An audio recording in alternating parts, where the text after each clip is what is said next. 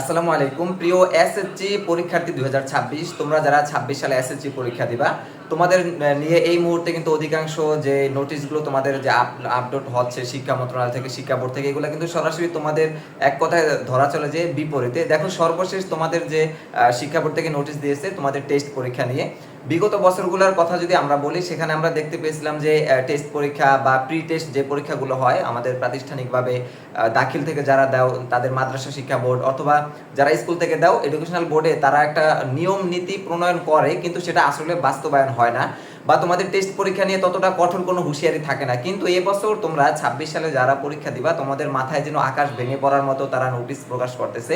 দেখো তারা সর্বশেষ বলছে টেস্ট পরীক্ষায় যে কোনো শিক্ষার্থী যদি অকৃতকার্য হয় তাকে বোর্ড পরীক্ষায় অংশগ্রহণ করতে দেওয়া হবে না, এটা সম্পূর্ণ কড়াভাবে বলেছে।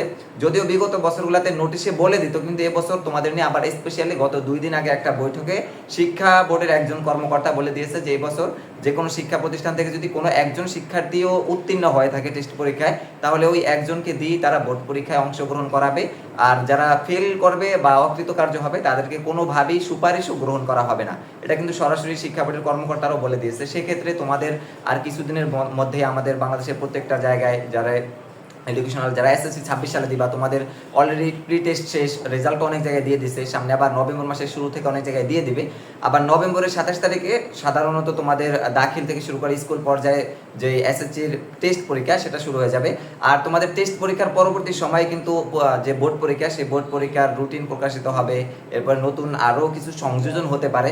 তবে আমি বলবো তোমাদের এই টেস্ট পরীক্ষায় সাধারণত বিগত বছরগুলোতে শিক্ষার্থীরা যে একটু অবহেলা করে পরীক্ষা দিত, যে পাশ করলে করবো না করলে নেই, আবার অনেক সময় শিক্ষকরা যে প্রতিষ্ঠানের শিক্ষক তারা আবার সুপারিশ করে কিন্তু বোর্ড পরীক্ষায় অংশগ্রহণ করায় দিত।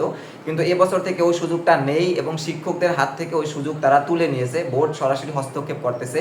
যদিও প্রি টেস্ট পরীক্ষায় বোর্ডের কোনো হস্তক্ষেপ ছিল না, কিন্তু টেস্ট পরীক্ষায় সরাসরি বোর্ডের প্রণয়নে প্রশ্ন হবে, এরপর বোর্ড যেটা বলবে সেটাই কিন্তু শিক্ষকদের কর্তব্য। তোমরা দেখছো এসএসসি 2025 সালে প্রায় 6 লাখেরও বেশি শিক্ষার্থী ফেল করছে। এতে অনেক প্রতিষ্ঠানের কিন্তু যে লাল চিঠি যেটাকে বলা হয়, প্রতিষ্ঠান এমপিওভুক্ত শিক্ষা প্রতিষ্ঠানগুলোতে যদি শতকরা 10%-এর নিচে ফেল আসে মানে পাস আসে তাহলে কিন্তু সেই প্রতিষ্ঠানগুলো শিক্ষকদের উপর একটা কারণ দর্শানো নোটিশ চলে যায়। তো আমার মনে হয় না যে এই 26 সালে এত কড়াকড়ি নির্দেশনার পরেও কোনো শিক্ষকরা চাইবেন যে ফেল করা শিক্ষার্থীদেরকে বোর্ড পরীক্ষায় অংশগ্রহণ করিয়ে দিলাম, এরপর তারা বোর্ড পরীক্ষায় আবার ফেল করলো, পরবর্তীতে তাদের প্রতিষ্ঠানের একটা দুর্নাম হলো। বা এই যে দেখছো দেশের 200 প্রতিষ্ঠানে একদম শূন্য পাস, মানে এতগুলো পরীক্ষা শিক্ষার্থী পরীক্ষা দিয়েছে কিন্তু সেখানে কেউই পাস করে না। এই ধরনের কোনো নোটিশ তাদের স্কুল বা তাদের মাদ্রাসার পক্ষে আসুক এটা কোনো শিক্ষকরাই চাইবেন না। সেক্ষেত্রে হয়তো বা তোমরা যারা ফেল করবা তোমাদেরকে আর কোনো সুপারিশের মাধ্যমে বোর্ড পরীক্ষায় অংশগ্রহণ করাতে দিবে না।